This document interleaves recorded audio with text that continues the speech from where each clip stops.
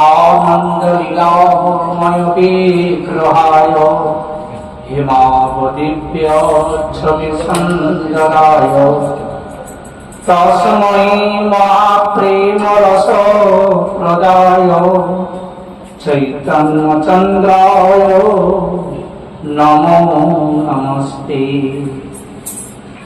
कालानि नष्टं भक्तियोगं निजं जपादस्मरितुं कृष्ण चैतन्य नामा आविर्भूतस्तस्य पदारविन्दे गाढं गाढं नियतं चित्तवृन्दौ औदार्येण सुकामुदेनु द्विविशोदविच्छिन्नचिन्तामणि वृन्दं ब्रह्मसुखं च सुन्दरतया कन्दर्पवृन्दं प्रभुम् वात्सल्येन सुमातृधेनुनिचयं विस्फुरितनन्दनं नित्यानन्दमहं नमामि सततं प्रेमाब्धिसंगरगणं वराहक्रीडाभिरामं मृगमदतिलकं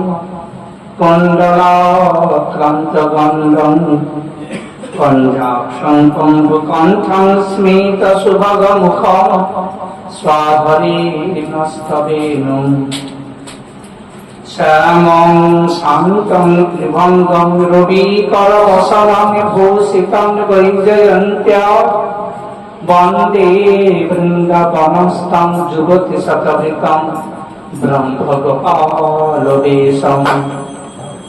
नमो ब्रह्मण्यदेवाय गोब्राह्मणहिताय च जगद्धिताय कृष्णाय गोविन्दाय नमो नमः। तप्तकाञ्चन गौराङ्गी राधे वृन्दावनेश्वरी वृषभानुसुते देवी त्वां नमामि हरिप्रिये। मूकं करोति वाचालं पङ्गुं लङ्घयति गिरिं यत्कृपातमहं वन्दे परमानन्दमाधवं। पङ्गुं लङ्घयति शैलं मूकमावर्तयति श्रुतिं यत्कृपातमहं वन्दे कृष्णचैतन्येश्वरम्। जादृष्टा निखिलार्थसङ्गशमनी पृष्ठापुपावनी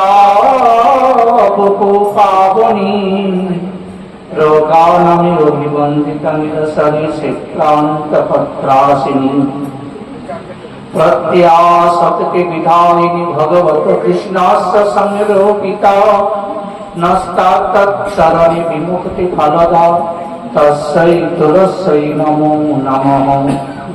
नमो धर्माय महति नमो कृष्णाय वेधसे ब्राह्मणेभ्यो नमस्कृत्य धर्मान् वक्ष्ये सनातनानि।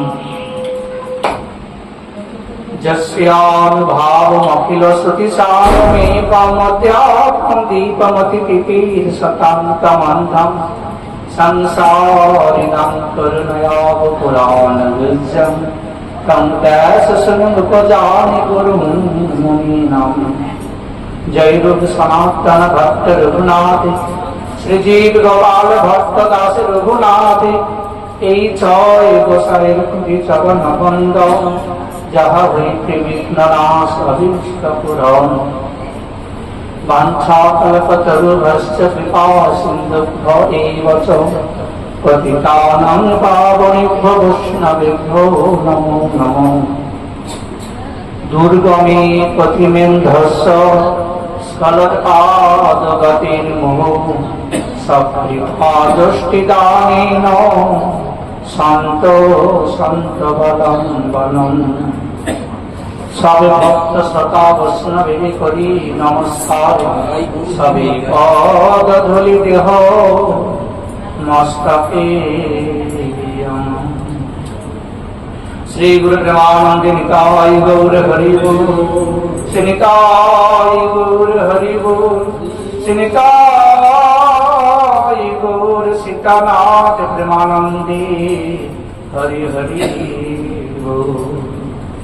जय जय आनंद कंद भगवान की, भक्तवत्सल भगवान की, श्रीमद् भागवत सप्ताह महाज्ञान जग की जय, व्यासदेव भगवान की जय, परमहंस गुलाम व्यासनंदन सुखदेव गोस्वामी चरण की जय, परीक्षित महाराज की जय, सूत सनकादिक ऋषि वृंद की जय, नैमिषारण्य की जय, गंगा तट बिहारी सपा कृष्ण चैतन्य महाप्रभु की जय, नित्यानंद प्रभु की जय, श्री अद्वैत प्रभु की, गदाधर पंडित की जय, श्रीवासादि गौर भक्त वृंद की जय, समग्र गौर मंडल की जय, गौर मंडल वासी की जय, नीलाचल क्षेत्र की जय, क्षेत्र सर जगन्नाथ बलभद्र देवी की जय, सुभद्रा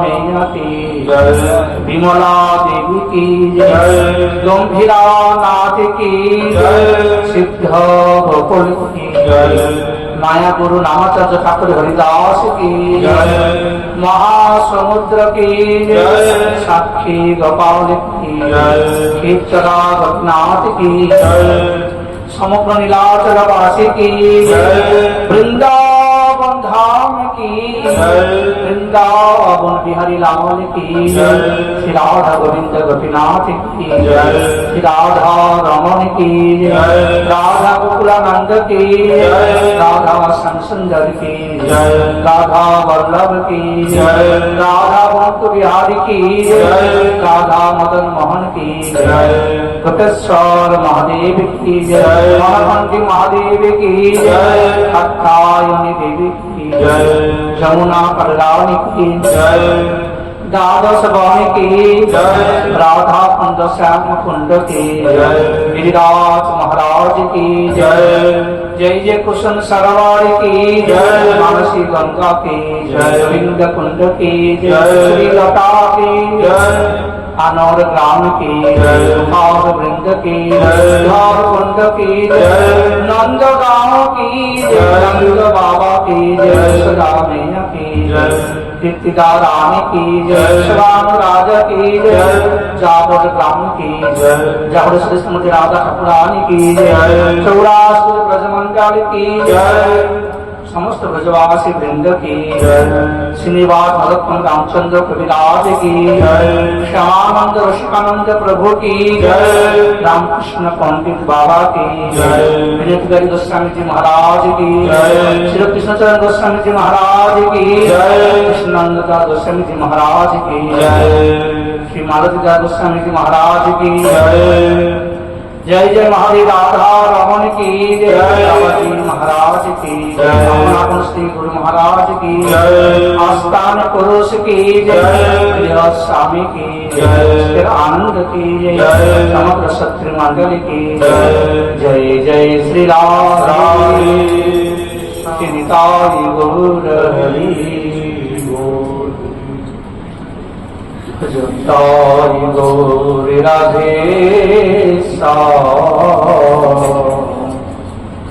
जप हरे कृष्ण हरे राम, भज निताय गौर राधे जप हरे कृष्ण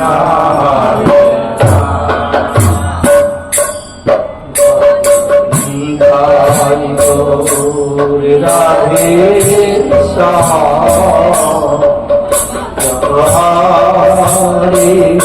कृष्ण हरे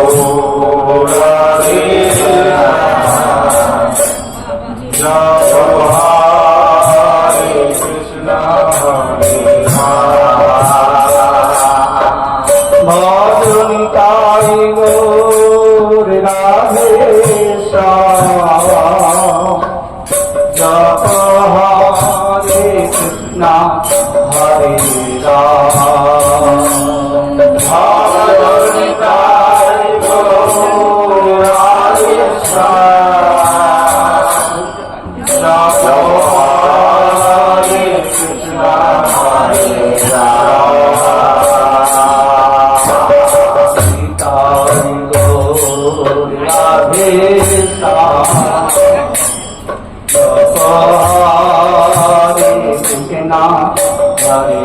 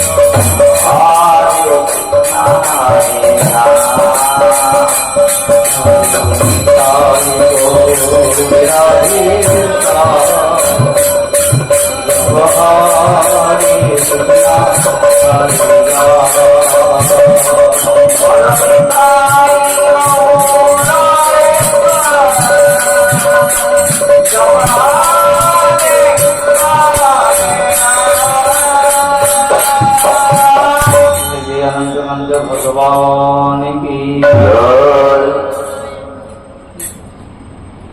बरियान सते कृष्ण कृतलोकरितं नृपो राजेन्द्र निराम संति सहस्त्र তাই গো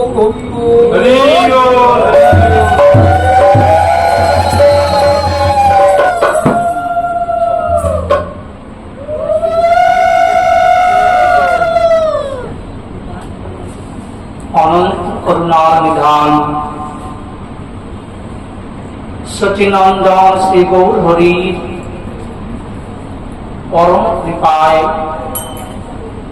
प्रति बत्सरे न्याय এবছরে এই যে মহতি সভা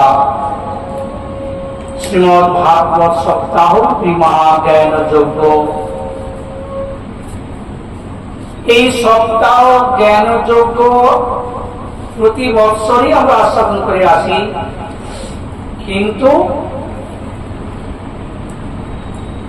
সেটা আস্বাদন করে আসছিলাম এই সময় নয়, পূর্বে। অর্থাৎ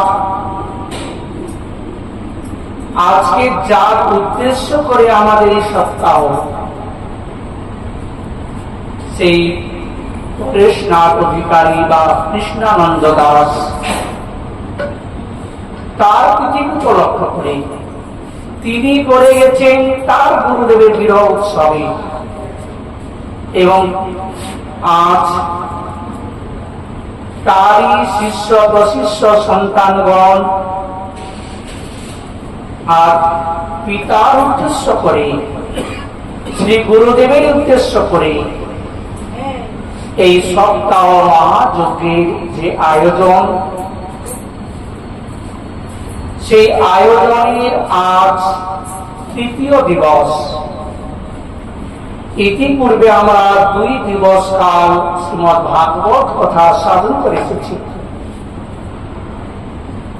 আজ তৃতীয় দিবস, যদিও তৃতীয় দিবসের কথা প্রারম্ভই হচ্ছিল ভরত চরিত্র পঞ্চম স্কন্ধে, কিন্তু আমাদের দ্বিতীয় স্কন্ধ থেকে শুরু করতে হচ্ছে। ইতিপূর্বে প্রথম স্কন্ধ পর্যন্ত আমরা আস্বাদন করেছি পরীক্ষিতের জন্ম এবং ব্রহ্মসাপ, এবং পরীক্ষিত মহারাজ সেই গঙ্গা তীরে প্রায় বেশন করেছেন ক্ষুধায় অন্ন পিপাসার জল পরিত্যাগ করে। উদ্দেশ্য কি না, 7 দিনে সেই তাদেরই কুলের পরম মিত্র বান্ধব ইষ্ট যাই বলো না কেন, শ্রী কৃষ্ণ চরণ প্রাপ্তি। তিনি একই কনিষ্ঠ অনন্য শরণাপন্ন হয়ে, শরণাপন্ন হতে হবে অনন্য চিত্তে, একাগ্র চিত্তে নিষ্ঠাপূর্বক, না হলে পরে কখনো ভগবত কৃপা লাভ হয় না। যে পিপাসায় তিনি যে গরিব কর্ম করেছেন, ঋষিকে অবমাননা করেছেন, সংকল্প করে সেই পিপাসার জল আমি গ্রহণ করব না। এবং যে ইন্দ্রিয় কারণায় আমি যে কর্ম করেছি, যে ক্ষুধায় ইন্দ্রিয়গণ সতেজ হয়, আর তার দ্বারাই ইন্দ্রিয়ে নানা প্রকার কুবৃত্তি ভাবনা, তাই মনে করে আমি ক্ষুধার অন্ন পরিত্যাগ করলাম, আমি গ্রহণ করব না। এই অন্ন জল পরিত্যাগ করে তিনি পারাটি প্রশ্ন প্রবিষ্ট হলে সেখানে সে উপস্থিত হন কে না, ব্যাস নন্দন পরমংশ চূড়ামণি সুখদেব গোস্বামী চরণ। সুখদেব গোস্বামী চরণ যেখানে উপস্থিত হলেন, তাকে পরীক্ষিত মহারাজ পূজা করলেন এবং প্রশ্ন করলেন, হে যোগীগণের পরম গুরুদেব, কৃপা করে বলুন আসন্ন মৃত্যু ব্যক্তির কর্তব্য কি? এটা কেবল পরীক্ষিত মহারাজের প্রশ্ন নয়, এটা সর্বজীবের প্রশ্ন। আমরা কোনদিন এই প্রশ্ন করতে পারিনি বা ভাবতেও পারিনি। কাল তো কারোর অপেক্ষা করে না, কাল কারোরই অপেক্ষা করে না। কাল যখন আসবে তোমাকে সব ছেড়ে চলে যেতে হবে। কেউ বলতেও পারবে না যে আমি কাজ অসমাপ্ত করে রেখে যাচ্ছি, আমি কাজটা সেরে নিই তারপরে আমি যাব না। কাল কারোর অপেক্ষা করবে না। অতএব এটা প্রত্যেকের হৃদয়ের অন্তরে যদি প্রশ্নটি জাগে, তাহলে সে কখনো গৌর গোবিন্দকে ছেড়ে কখনো প্রাকৃত বস্তুর প্রতি আসক্ত হতে পারে না। আমাদের এই প্রশ্ন কোনদিন জানি না। তাই পরীক্ষিত মহারাজ জগৎ জীবের কল্যাণের জন্য, জগৎকে জানানোর জন্য পরীক্ষিত প্রশ্ন করলেন, আসন্ন মৃত্যু ব্যক্তির কর্তব্য কি? কৃপা করে বলুন। তার এই প্রশ্ন শুনে সুখদেব গোস্বামী আনন্দ চিত্তে প্রশংসা করলেন, বলিয়ানস্তে প্রশ্ন, এ রাজন তোমার এই প্রশ্ন হচ্ছে উত্তম প্রশ্ন, শ্রেষ্ঠ প্রশ্ন, যে প্রশ্ন কেউ সহজে করতে পারে না। সবাই নিজের মঙ্গল চায় এবং সুখ স্বাচ্ছন্দ্য এগুলোই চায়, কিন্তু সত্যিকারের নিজের মঙ্গল কিসে হবে কোনদিন একবারই প্রশ্ন করে রেখেছে? জীবের মঙ্গল কিসে? জীবের স্বরূপ কি আগে বলুন। জীবের স্বরূপ কি? নিত্য কৃষ্ণ দাস। জীবের স্বরূপ হয় নিত্য কৃষ্ণ দাস, কৃষ্ণের তটস্থা শক্তি ভেদাভেদ প্রকাশ। জীবের স্বরূপ কি? কৃষ্ণ দাস। আমি কে? আমি ভগবানের দাস। দাস যদি হয়, দাসের স্বভাব থাকবে কি না, নিরন্তর প্রভুকে স্মরণ করা, প্রভুকে মনে রাখা এবং প্রভু কিসে প্রীতি হন, কিসে আনন্দ পান, দাসের সদা সর্বদা দিকেই লক্ষ্য থাকবে। কিন্তু আমরা যে ভগবানের দাস, এটা আমরা ভুলে গেছি।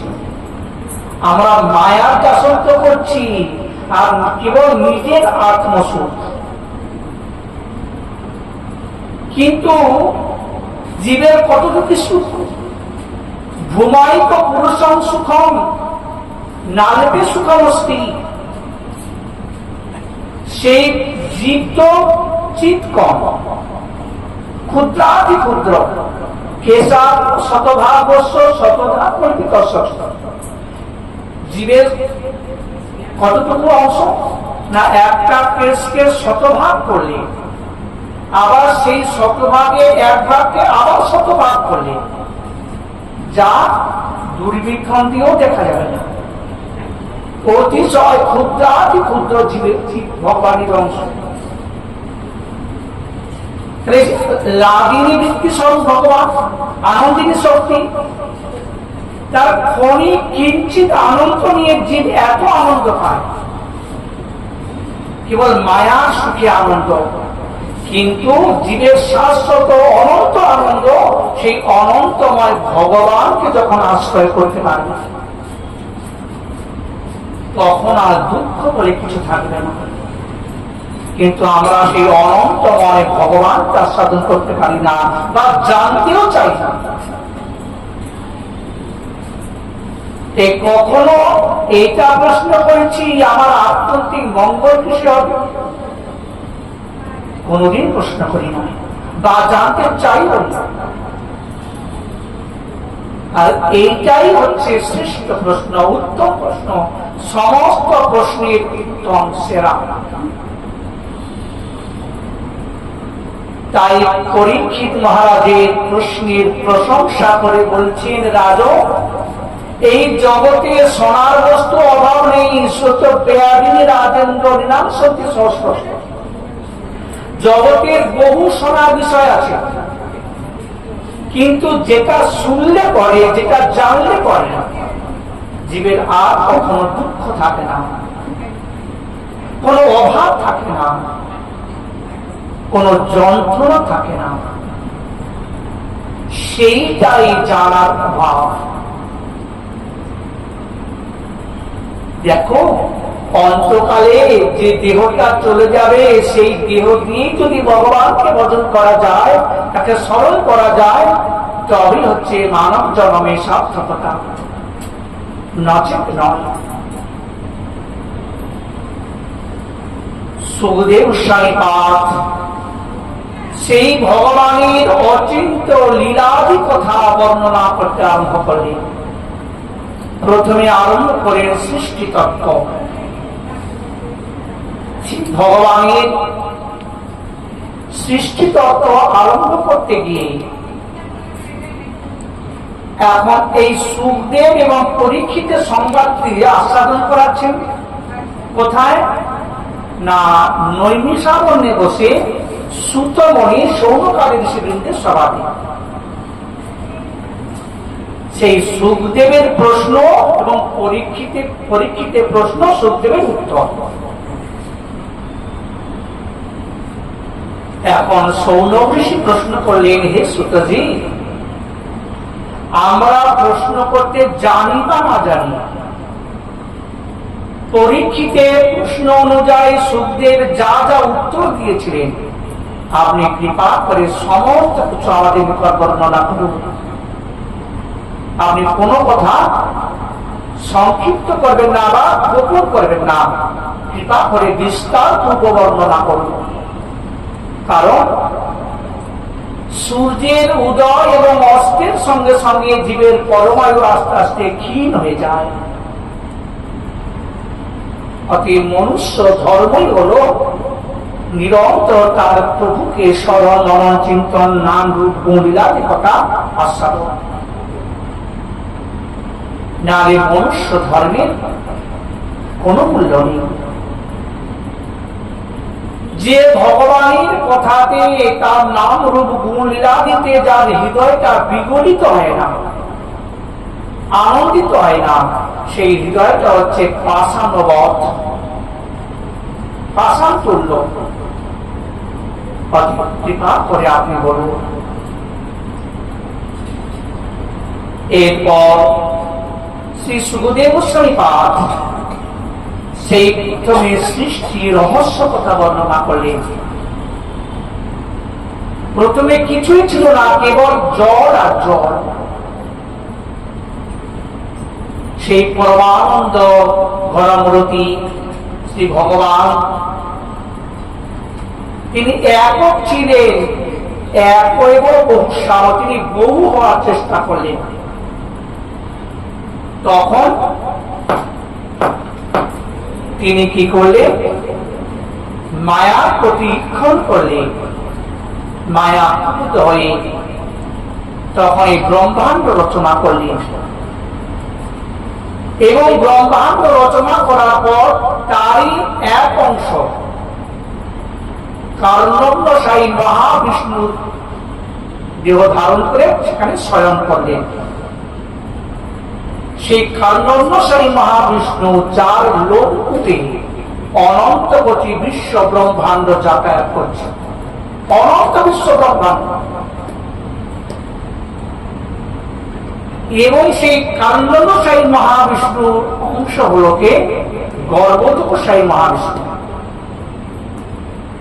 যিনি ব্রহ্মার অন্তর্যামী, যার নাভি কমল থেকে ব্রহ্মার সৃষ্টি। এরপর সেই গর্ভোদকশায়ী মহাবিষ্ণুর অংশ হলেন কে? ক্ষীরাব্ধশায়ী মহাবিষ্ণু, যিনি জীবের অন্তর্যামী, আমাদের যিনি অন্তরাত্মা। এই সমস্ত জীবের তিনি অন্তর্যামী। এই গর্ভোদকশায়ী মহাবিষ্ণু, যার নাভি কমল থেকে ব্রহ্মার সৃষ্টি। ব্রহ্মা যখন সেই পদ্ম মুকুলিতার জন্ম হয়, চারিদিকে তাকিয়ে দেখছেন কেবল জল আর জল, অথই জল, কোন সীমা পরিসীমা নেই। আমায় এই যে উৎপত্তি, আমার কোথা থেকে? এই পদ্মকে আবার জন্ম করতে হয়েছে। ব্রহ্মা তখন সেই পদ্মের নাল ধরে ভিতরে প্রবেশ করলেন। 7 বর্ষ ভ্রমণ করেও তার কোন হদিস পেলেন না যে পদ্মটা কোথা থেকে উদ্ভূত হয়েছে। ভগবানের কৃপা শক্তি না লেখার ক্ষমতা নেই ভগবানের তত্ত্ব জানতে পারে। ব্রহ্মা ফিরে এলেন পুনরায় সেই পদ্ধতি, চিন্তা করছে। ঠিক এমন সময় একটা আওয়াজ ভেসে আসে, তপ তপ তপ। ব্রহ্মা তখন তপস্যা করলেন। 7 বর্ষ তপস্যার পর ভগবানকে দর্শন পেলেন এবং ভগবানের পৃষ্ঠদেশে মায়াকে দেখে, যে মায়ার দ্বারা এই বিশ্ব সৃষ্টি। তখন ভগবান নারায়ণ সেই ব্রহ্মাকে 4 শ্লোকে ভাগবত দান করলেন। অহমেবাসমেবাগ্রে ধন্যদেজত সদসৎ পরম যস্তাদহং তদেতশ্চ যোগশিষ্য শীতোষস্ময়ং দ্বিতীয়র্থং যদ প্রতীয়েত ন প্রতীয়েত চাত্মনি তদ্বিদ্যাত্মনো মায়াং যথাভ্যাস তথা তমঃ যথা মহান্তি ভূতানি ভূতেষু চাবচস্মু প্রবিষ্টান প্রবিষ্টানি তথা তেষু ন তে স্বয়ং এতাবদেব জিজ্ঞাসা তত্ত্ব জিজ্ঞাসুনাত্মনং অন্যব্যতিরেকাব্যং যস্য সর্বত্র সর্বদা। এই 4 শ্লোকী ভাগবত, এই 4 শ্লোকী ভাগবত তাই পরে ব্রহ্মা 18,000 শ্লোকে পরিণত করে।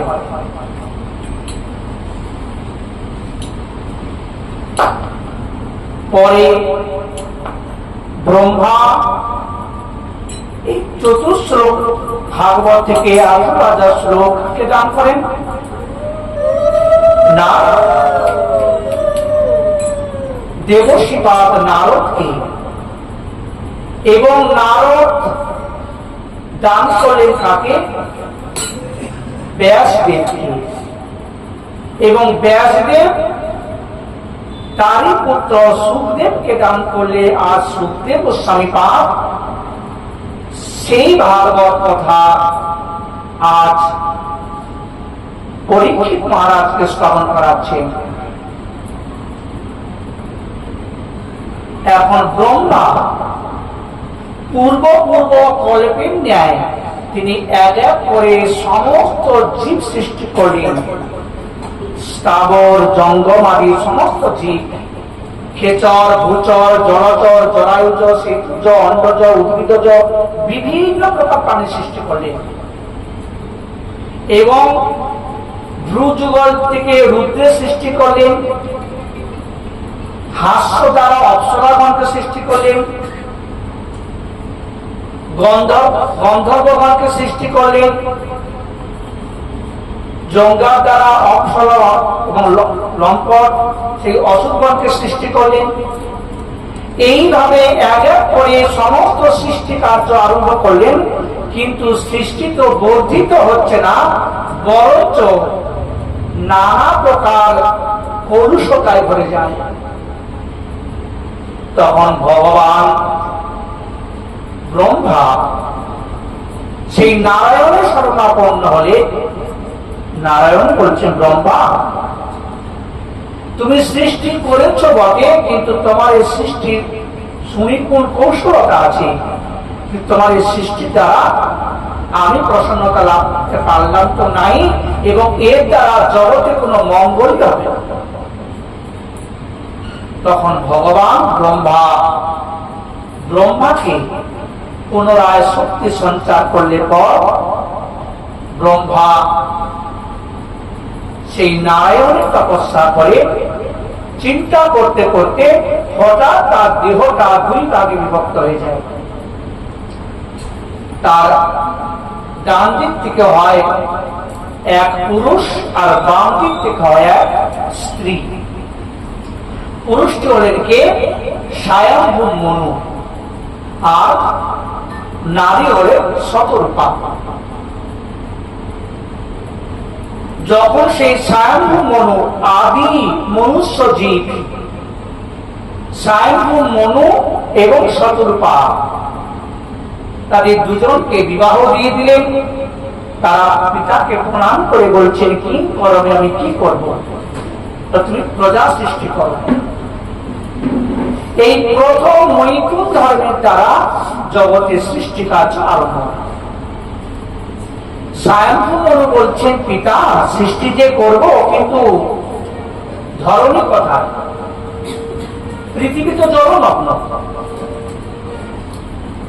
তখন ব্রহ্মা চিন্তা করছেন, তাই তো।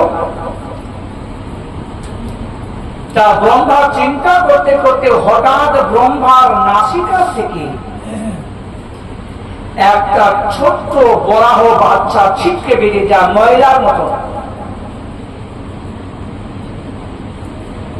দেখতে দেখতে সেই ছোট্ট বরাহ অঙ্গুষ্ঠ পরিমাণের ছোট্ট বাচ্চাটি গর্জন করে বিশাল দেহ ধারণ করলেন, অর্থাৎ বরাহ ভগবানের সৃষ্টি হলো। জয় বরাহ ভগবান কি, ভক্তবৎসল ভগবান কি। সেই বরাহ ভগবান তার প্রস্তুতি করলেন, শুভ্র দন্ত নিয়ে সেই আস্নান করতে করতে জলের মধ্যে প্রবেশ করলেন, এবং যখন সেই জলের তলা থেকে ধরণীকে সেই দন্তের মধ্যে ধারণ করে যখন উঠছিলেন, তখন আদি দৈত্য হিরণ্যাক্ষের সঙ্গে যুদ্ধ হয়, এবং হিরণ্যাক্ষকে নিধন করে পুনরায় পৃথিবীকে যথাস্থানে স্থাপন করলেন। এই কথা শুনে জিজ্ঞাসা করলেন পরীক্ষিত মহারাজ, এই আদি দৈত্য হিরণ্যাক্ষ কি? বরাহ ভগবান একে হত্যা করলেনই বা কেন? হচ্ছে এই হিরণ্যাক্ষকে জানো না, এরা ছিল সেই বৈকুণ্ঠে গাড়ি জয় আর বিজয়। সেই জয় বিজয় এরা সনকাদি মুনিগণের অভিশপ্ত হয়ে তারা হিরণ্যাক্ষ হিরণ্যকশিপু জন্ম নেয় কশ্যপ ঋষির ঔরসে, আর দিতির গর্ভে। কশ্যপ ঋষির দুই স্ত্রী দিতি আর অদিতি। দিতির পুত্র হল দানব দৈত্যগণ, আর অদিতির পুত্র হল ইন্দ্র আদি সমস্ত দেবতাগণ। এই দ্বিতীয় গর্ভে এই দুই দ্বারপালের জন্ম হয়, যাদের নাম হয় হিরণ্যাক্ষ এবং হিরণ্যকশিপু। দ্বিতীয় 100 বর্ষ গর্ভ ধারণ করেছিলেন, 100 বর্ষ পরে পুত্র প্রসব হয়। আর জন্ম নেওয়ার সঙ্গে সঙ্গে বিশাল বলিষ্ঠ বাংলা। এই হিরণ্যকশিপু এরা ব্রহ্মার তপস্যা করে, এরা অনন্ত ক্ষমতা সম্পন্ন লাভ করে। হিরণ্যাক্ষ ছিলেন খুব গদা যুদ্ধে পারদর্শী, কিন্তু এতটাই ক্ষমতাবান তাকে দেখলে দেব দানব সব ভয় পালিয়ে যায়, কেউ যুদ্ধ করে না।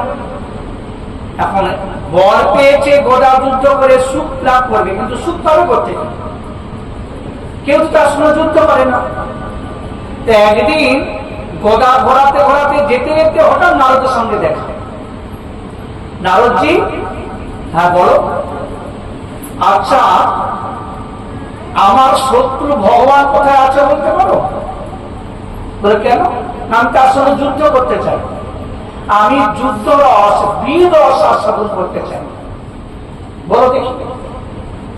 ক্ষণকাল চিন্তা করো, তিনি এখন বরুণ লোকে আছেন, তুমি সেখানে যাবে। সঙ্গে সঙ্গে বরুণ লোকে গেছে, বলছে বরুণ দেব আমার সঙ্গে যুদ্ধ করো। বলছে দেখো আমি তোমার সঙ্গে যুদ্ধে পারবো না, ওই যে দেখো ওই যে বরাও দেব তোমার সমকক্ষ যোদ্ধা, তুমি ওর সঙ্গে যুদ্ধ করো, ওই যে যাচ্ছে। তো পৃথিবী থেকে নিয়ে উঠছেন, সেই সময় হিরণ্যাক্ষ আক্রমণ করলে, কটু কথা বললে, কিন্তু প্রথমে কোনো সরা শব্দ করলেন না, যথাস্থানে পৃথিবীকে স্থাপন করে ঘুরে দাঁড়িয়ে এরপর আরো বড় প্রচন্ড যুদ্ধ। সেই যুদ্ধেতে হিরণ্যাক্ষকে হত্যা করলে হিরণ্যাক্ষ মারা গেল। এই জন্ম রহস্যাদি অনেক বিশাল, যেহেতু প্রসঙ্গ আজকে বহু প্রসঙ্গ, আমাদের এই প্রসঙ্গগুলো আগে হয়ে যাওয়ার কথা, সংক্ষেপ করে দিই।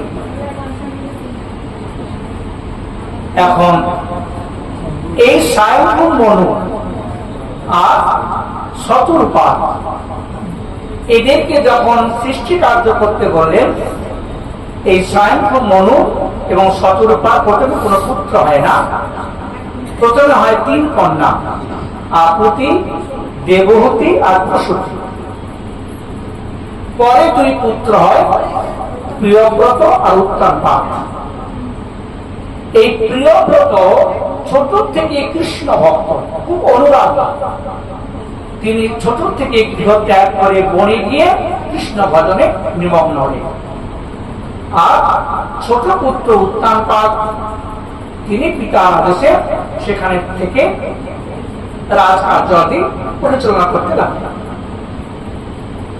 এখন সুখদেব গোস্বামীপাদ প্রথমে কন্যাগণের কথা বলতে গিয়ে বলছেন, আকুতির সঙ্গে বিবাহ হয় রুচি ঋষির সঙ্গে। দেবহূতি, আকুতি, দেবহূতি আর প্রসূতি 3 কন্যা, অর্থাৎ প্রসূতির সঙ্গে বিবাহ হয় রুচি ঋষির সঙ্গে, আর দেবহূতির সঙ্গে বিবাহ হয় ব্রহ্মার পুত্র কর্দম ঋষির সঙ্গে। আর আপত্তি, দেবহূতি আর প্রসূতি, প্রসূতির সঙ্গে বিবাহ হয় না দক্ষের সঙ্গে। তাহলে আপত্তির সঙ্গে বিবাহ রুচি ঋষির সঙ্গে, দেবহূতির সঙ্গে বিবাহ হয় কর্দম ঋষির সঙ্গে, আর প্রসূতির সঙ্গে বিবাহ হয় দক্ষ প্রজাপতির সঙ্গে। 3 কন্যা বিবাহ হয়। এখন রুচির সঙ্গে বিবাহ যখন যায় প্রথম কন্যাকে, প্রথম তো পুত্র ছিল না, তাই বিবাহের সঙ্গে তখন তার জামাইকে একটা কথা করে দিলেন কি না, তোমাদের যখন প্রথম সন্তান লাভ করবে সেটা আমি গ্রহণ করব, পুত্রিকা ধর্ম অনুসারে। এই কথা সংকল্প করে তাদের বিবাহ। আর দেবহূতির সঙ্গে বিবাহ কর্দম ঋষির সঙ্গে। দেবহূতি ছিলেন খুব রূপে গুণে অনুপমা। তা এখন স্বয়ংভূ মনু তার কন্যা দেবহূতিকে যখন বিবাহ যোগ্য হয়েছে, তাকে বিবাহ দেওয়ার জন্য সব আয়োজন করছে, তখন দেবহূতি মা জানতে পেরে পিতার কাছে প্রণাম করে বলছেন, পিতা যদি আমাকে বিবাহ দিতে হয় তাহলে কর্দম ঋষির সঙ্গে আমাকে বিবাহ দিন। আমি কর্দম ঋষি তার রূপের কথা, তার গুণের কথা, তার তপস্যার কথা আমি শুনেছি, এই মনে প্রাণে আমি তাকে প্রতিজ্ঞা বরণ করে দিয়েছি, কৃপা করে তার সঙ্গে বিবাহ দিন। কন্যার এই স্বচ্ছতা বা সরলতা দেখে পিতা খুব আনন্দ পেলেন যে কন্যা কাউকে ভালোবাসে না, গোপন করে যে আমাকে জানিয়েছে কথা, খুব আনন্দ বিষয়। ঠিক আছে, আমি খোঁজ খবর নিই, যদি ভালো বুঝি তো দেব। স্বয়ম্ভু মনু খোঁজ খবর নিয়ে দিলেন, হ্যাঁ, যে কর্দম ঋষি তার তপস্যা, তার গুণ, তার মহিমা শুনলেন। এই শুনে তিনি ঠিক করলেন যে কর্দম ঋষির সঙ্গে তার কন্যা বিবাহ দেবেন। এদিকে যখন কর্দম ঋষি তার পিতাকে জিজ্ঞাসা করেন, পিতা আমার করণীয় কি? বলছে তুমি বিবাহ করে প্রজা সৃষ্টি করো। বলছে প্রজা সৃষ্টি করবো বিবাহ করে, এখন পিতার আদেশ, তাহলে এখন যাকে বিবাহ করব সে যদি আমার মতো না হয়, আমার যদি বিপরীতমুখী হয়, তা তো আমি সুখ পাবো না, তা আমার ভজন হবে না, আমার ধর্ম নষ্ট হয়ে যাবে। মনুষ্য ধর্ম তো ভগবত ভজন করা, হরিনাম করা, কিন্তু আর স্ত্রী যদি অনুকূল না হয়, সপত্নী সহধর্মিনী বা কথাগুলো বলা হয় কেন? অর্থাৎ যিনি ধর্ম কাজে সহযোগিতা করে তাকে বলা হয় সহধর্মিনী।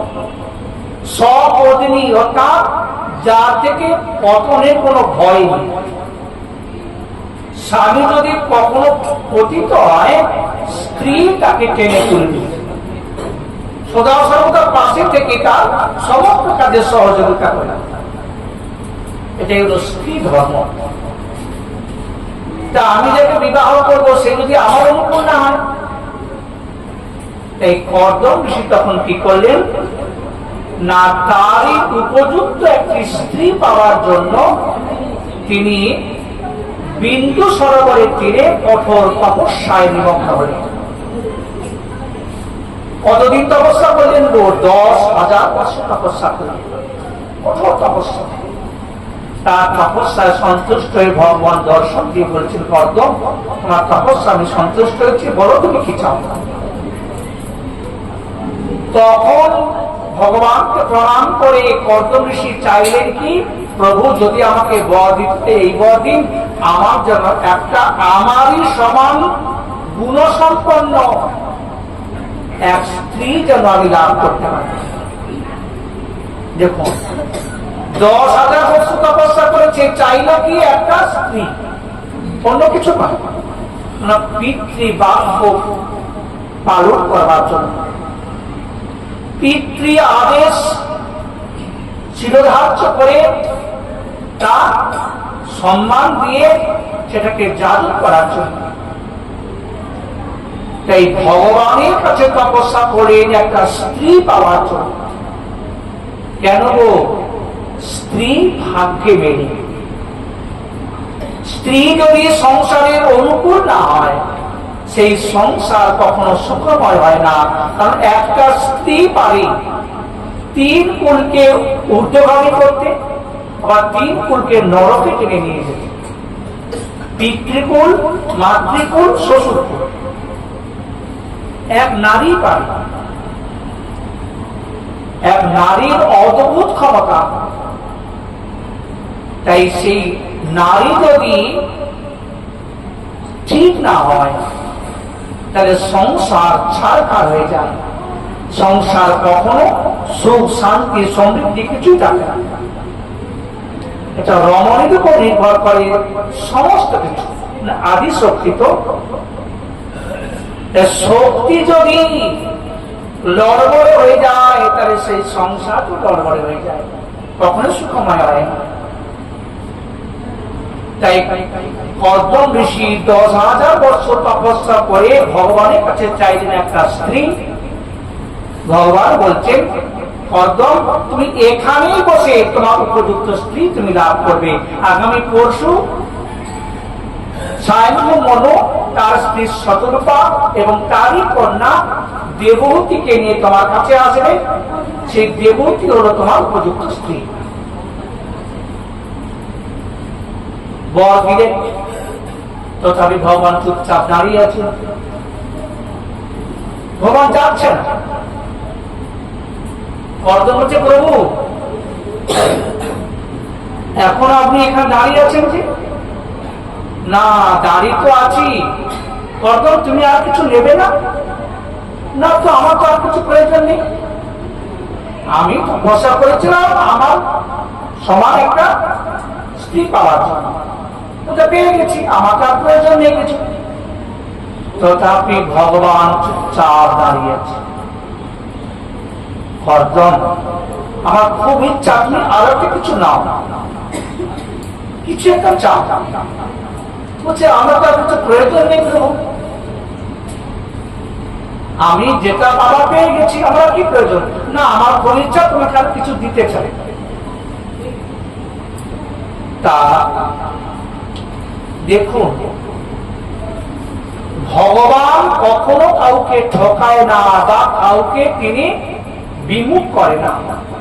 যার উপযুক্ত পাওয়ার বস্তু তাকে ঠিক পাইয়ে দেয়। 10,000 বছর তপস্যা করেছে, চেয়েছে কি একটা স্ত্রী নারী যার সংসার বন্ধনের কারণ।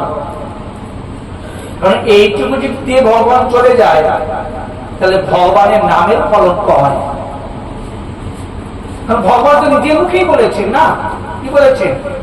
জীব অজ্ঞ আমি বিজ্ঞ, তারে বিষয় কেন দিব? সচরণামৃত দানে তারে বিষয় ভুলাই। জীব অজ্ঞ, তারা জানে না যে আবল তাবল যা কিছু চায়। শিশু তার ভালো মন্দ তার জ্ঞান নেই, সে যা দেখে সেটাই সে চেয়ে বসে পিতা মাতার কাছে। তার পিতা মাতা সব দেয় না, চাইলেও দেবে। তাহলে আমার তপস্যা করেছে 10,000 বছর, চেয়েছে একটা স্ত্রী যা সংসার বন্ধনের কারণ। এইটুকু দিয়ে যদি আমি চলে যাই তাহলে তো আমার ভক্ত বাৎসল্য নামের কলঙ্ক হয়। তাই ভগবান বলছেন কর্দম কিছু তো নাও। বলছে না বলবো, আমার কিছু দরকার নেই, আপনার যদি কিছু দেওয়ার থাকে তো দিয়ে যান। ভক্তের দেওয়ার নেওয়ার কিছু নেই, কিন্তু ভগবানের বড় হচ্ছে দেওয়া। ভজন করলে না, ভগবান কাউকে ঠকায় না, নিজের গরজেই তোমাকে দেবে, তোমাকে চাইতে হবে না। আমরা যখন দাও দাও দাও প্রভু দাও, এটা দাও ওটা দাও, ভজন করলাম না, তাকে ডাকার মতন ডাকলাম না, আর কেবল দাও, চাইতে হবে না। তোমার ভগবান আপনি। আজ ভক্ত কর্দম হচ্ছে প্রভু আমার চাওয়ার কিছু নেই, তোমার দেওয়া থাকে তো দাও। তখন ভগবান বলছে বেশ, তাহলে আমি তোমার পুত্র হয়ে জন্মগ্রহণ করব। জয় জয় আনন্দ কান্দ ভগবান কি। ভগবান দেখুন কত আজ ভক্ত বৎসলকে কোটি পিতৃমাতৃষ্ণ ভগবান কখনো কাউকে বঞ্চিত করে না কোন জিনিস থেকে। আমি তোমার পুত্র হয়ে আসবো, কত অপূর্ব আশীর্বাদ দিয়ে চলে গেল। এরপর যথা সময়ে স্বয়ংভূ মনু তার স্ত্রী শতরূপা এবং কন্যা দেবহূতিকে নিয়ে সেখানে উপস্থিত হয় এবং দেবহূতির সঙ্গে কর্দম ঋষি বিবাহ হয় এবং যথা সময় যথা কালে তাদের একটি পুত্র হয় যার নাম হলো কি কপিল ভগবান। জয় কপিল ভগবান কি। এবং কপিল ভগবান যখন আবির্ভূত হলেন,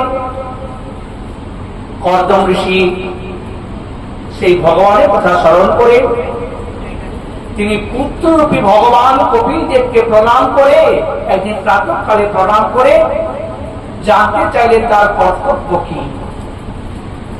কপিল ভগবান বলছেন কাম হে পিতা, তোমার যেখানে মন চায় তুমি সেখানে যাও, আর আমাকে মন নিযুক্ত করে সমস্ত ইন্দ্রিয় দ্বারা যা কিছু কর্ম করবে আমাকে অর্পণ করে নিরন্তর আমাকে মনে যাবে। ভগবানকে প্রণাম করে পদ্মঋষি বলে চলে গেলেন। স্বামী নেই, ত্যাগের প্রাতঃকালে দেবকী মনে মনে ভাবছেন, স্বামী তো বলেছেন আমার এই পুত্র সাক্ষাৎ ভগবান, তাই আজ দেবকী মা সেই পুত্রের চরণে গিয়ে প্রণাম করে বলছেন, হে পুত্র, হে ভগবান, নির্বিঘ্না নিতরং ভূমম অসৎ ইন্দ্রিয় কর্ষণাৎ। যে ইন্দ্রিয় অসৎ ইন্দ্রিয় গুলো যারা নিরন্তর লালসান্বিত হয়ে এই সংসারের মধ্যে বিষয় ভোগ করেছে, আর তাদের সুখ স্বাচ্ছন্দ্য আনন্দ পূর্ণ করতে গিয়ে আমি অন্ধম তম প্রপন্যা, এই অন্ধকার ছন্নময় সংসারে পতিত হয়ে গেছে। কেবল ইন্দ্রিয়গণের সুখেচ্ছা পূরণ করতে করতে, হে প্রভু কৃপা করে আমাকে পথ দেখা, কেমন করে ইন্দ্রিয়গুলোকে জয় করে আমি মনটা আপনার চরণে দিতে পারব। তখন কপিল ভগবান বলছে, মাগো, জীবের বন্ধন আর মুক্তির কারণ কি জানো? এই চিত্ত মন চেত ফলস্য বন্ধায় চাত্মনে মুক্তায়। জীবের বন্ধন এবং মুক্তি হয় একমাত্র চিত্তের দ্বারা। মন খুব চঞ্চল, দুর্বল ইন্দ্রিয়, তার মধ্যে মন কখনো এক জায়গায় স্থির থাকতে পারে না, চঞ্চল কৃষ্ণ। এই চঞ্চল মনকে স্থির করতে হবে। মাগো, এই মনকে স্থির করার একটাই পরম উপায় কি? না শতাং প্রসঙ্গে মম বীর্য সংবিদ ভবন্তি হিতি কর্ণ রসায়না কথা তজ্জ সনাদাস্বকবর্গ বর্তমানি শ্রদ্ধা রতির ভক্তি অনুক্রমিষ্যতি। মা, একমাত্র সাধু সম্ভব, নিরন্তর সাধু সঙ্গে থাকতে হবে। সাধু সঙ্গে থেকেই, এবং সাধুগণ তারা কি করেন না, আমার যে বীর্য অর্থাৎ আমার যে যশ, যে লীলাদি কথা, নাম রূপ গুণ লীলাদি কথা যে কীর্তন করেন, চর্বণ করেন, সেই কথা নিরন্তর শ্রবণ করতে হবে। শুনিতে শুনিতে কেহ কি অদ্ভুত চৈতন্য চরিত, অর্থাৎ এই কানটাকে নিরন্তর লাগাতার যুক্ত রাখতে হবে হরি কথার মধ্যে। কারণ আমাদের কানের রোগ কি? বিষয় কথা শ্রবণ। হরি কথা বেশি করে শুনতে পারে না, 2-1 ঘন্টা শোনার পর মনে হবে কি আর ভালো লাগছে না। এটা কানের রোগ, চিত্তের রোগ। আমাদের এই কানের রোগ দূর করতে হবে। আর কানের রোগ না গেলে কখনো রুচি আসবে না হরিকথা। হরিকথা শুনতে ভালো লাগবে না, রুচি লাগবে না। এই কানের রোগ দূর করতে গেলে নিরন্তর লাগাতার সাধু সঙ্গে থাকতে হবে। সাধু সঙ্গেই জীবের অনন্য ভক্তি, একদম দৃঢ়তা ভক্তি, অনন্য চেতা হতে হবে, অনন্য ভাবে সমাপন হতে হবে।